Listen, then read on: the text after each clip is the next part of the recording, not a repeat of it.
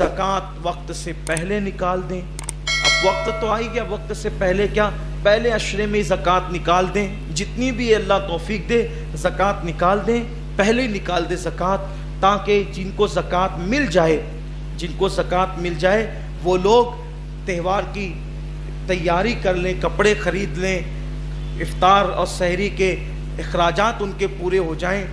मैं यहाँ बस बात ख़त्म करते करते एक पैगाम छोटा सा देना चाहता हूँ कि मालेगांव में आजकल जो ज़कात देने की एक नुमाइशी सिस्टम ईजाद की गई है, मुझे उससे सख्त तकलीफ़ है और मैं चाहता हूँ कि लोग इस पर तवज्जो करें। आजकल जो ज़कात दे रहे हैं ये नाम निहाद सेठ लोग, इनके घर के आंगन में कतार लगती है और कतार लगाकर पहले ये टोकन देते हैं, टोकन, और फिर उसके बाद टोकन ले जाओ कतार लगा के, ताकि पूरे मोहल्ले में चर्चा हो कि फलां सेठ साहब ज़कात बांट रहे हैं। फिर वो टोकन लेकर के आओ, फिर 50-50 और 100 रुपये लेकर जाओ। ये कोई ज़कात भी? और फिर इस तरीके से पहली बात तो नुकसान उन सेठों का भी है और गरीबों का भी है। नुकसान सेठों का ये है कि अगर आपने मुस्तहिक को ज़कात नहीं दी तो आपकी तो ज़कात ही अदा नहीं हुई। इस तरह ये जो कतार लगा रहे हैं आप टोकन के लिए, तो उसमें तो कोई भी आएगा, अवाम को तो अल्लाह का खौफ कहाँ रहा? अरे अवाम तो अवाम है, किसको अल्लाह का खौफ रहा? इल्ला माशाअल्लाह। तो कोई भी आएगा कतार में खड़े होगा, टोकन लेकर जाएगा। अब जो टोकन लेने के बाद 100 रुपया 50 रुपये जो आप दे रहे हैं, तो अब वो जो ज़कात है उसका वो मुस्तहिक नहीं है, वो तो अदा ही नहीं होगी ज़कात, तो ज़कात ही आपकी अदा नहीं होगी, आप नुकसान में पड़ेंगे, आप गुनहगार होंगे। तो फिर क्या करें? तो ऐसे अजनबियों को ज़कात नहीं दी जा सकती, बल्कि मुस्तहिक तक ज़कात पहुंचनी चाहिए। आप कहेंगे कि हम तो अल्लाह के नाम पे दे देते हैं, सदका अल्लाह के नाम पे महल में रहने वाले को भी दे दे तो अदा हो जाएगा, नफली सदका।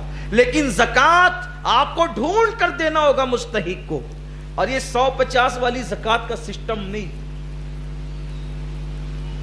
बल्कि ज़कात इस अंदाज से दीजिए कि आपकी ज़कात से एक बंदे का रमजान शरीफ का त्योहार तो दुरुस्त हो जाए।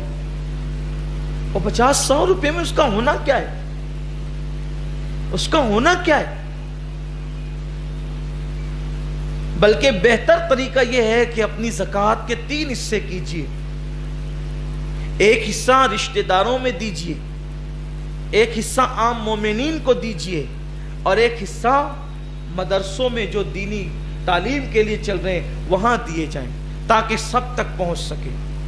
बल्कि रिश्तेदार अगर आपसे ज़कात लेने में शर्माते हो, आपके रिश्तेदार गरीब है और वो गैरत करते हो या शर्माते हो, तो इस्लाम ये कहता है कि उसको ये कह के भी आप ज़कात दे सकते हैं कि ये ले ईदी है, ये ले त्योहारी है, ये ले बच्चों का खर्च है, ताकि उसके इज्जत नफ्स को ठेस नहीं पहुंचे। देखो इस्लाम वो मजहब है। तो इस अंदाज से ज़कात निकालिए, नुमाइश छोड़ दीजिए। जिसके लिए दे रहे हैं वो देख रहा है और वो नियतों को जानता है। ये कतार लगवा करके ज़कात देना इस्लाम में नहीं है। ये टोकन बांटना, 50-50 रुपए देना, ये सब ये छोड़िए इसको। और मेरी बात उन लोगों तक पहुंचाइए, अल्लाह ताला उन्हें भी तौफीक दे देने वालों को। और आपसे भी कहता हूं उन लोगों तक भी ये बात पहुंचाइए कि अगर आप ज़कात लेने के मुस्तहिक नहीं हैं तो ज़कात मत लीजिए। अगर सेठ आपको लूम चलाने की वजह से हक रज़ा के नाम पे ज़कात देता है, आपके पास तो सैमसंग का 50,000 का मोबाइल है, आपके पास तो 80,000 की बाइक है, आपका खुद का मकान है, आपने ईद पर 5 ड्रेस सिलाने के लिए खरीद लिए हैं, अब आप कैसे ज़कात ले सकते? आपका ज़कात लेना भी नाजायज़ हुआ और उसका आपको देना भी नाजायज़। सेठ हक रज़ा के नाम पे ज़कात इसलिए दे देता है ताकि उसका पैसा बच जाए कि मजदूर को तो पैसा मिल ही रहा है और मेरा पैसा बच जाए, क्योंकि ज़कात तो किसी को भी देना है तो चलो मजदूर को दे दो। हर मजदूर ज़कात लेने के काबिल नहीं होता। तो हक रज़ा आपका हक है, आप वो लीजिए। لیکن یہ کہیے کہ بھئی میں نے زکوٰۃ نہیں لینا، میں زکوٰۃ کا مستحق نہیں ہوں، یہ چیزوں کا آپ خیال کریں اور یہ بات یاد رکھیں، یار اللہ دیتا ہے تو ختم نہیں ہوتا ہے، بندوں کا دیا ہوا تو ایک نہ ایک دن ختم ہونا ہے، اس لیے بندوں کی آس چھوڑو، اللہ سے آس لگاؤ، اور وہ نوازنے والا ہے، وہ جس کو دیتا ہے بے حساب عطا کرتا ہے۔ اور آپ سے بھی کہتا ہوں اگر زکوٰۃ آپ پر ہے تو جتنا حساب ہوتا ہے اس سے کچھ زیادہ نکالیے، زیادہ نکالنے میں نقصان نہیں ہے، کم نکالنے میں نقصان ہے۔ اگر ایک پیسہ بھی آپ نے کم نکالا تو وہ ایک پیسہ کئی لاکھوں روپے کو لے کر کے چلا جائے گا اور ہلاک کر دے گا۔ اس لیے زکوٰۃ کی رقم آپ کے پاس، زکوٰۃ خور مت بنیے، زکوٰۃ خور مت بنیے۔ آپ کہیں گے زکوٰۃ خور کیسے ہو گئے؟ بھئی اگر 1 روپیہ آپ نے زکوٰۃ کا اپنے مال میں بچا لیا تو وہ 1 روپیہ آپ نے کھایا کہ نہیں کھایا؟ زکوٰۃ کا مال کھایا کہ نہیں کھایا؟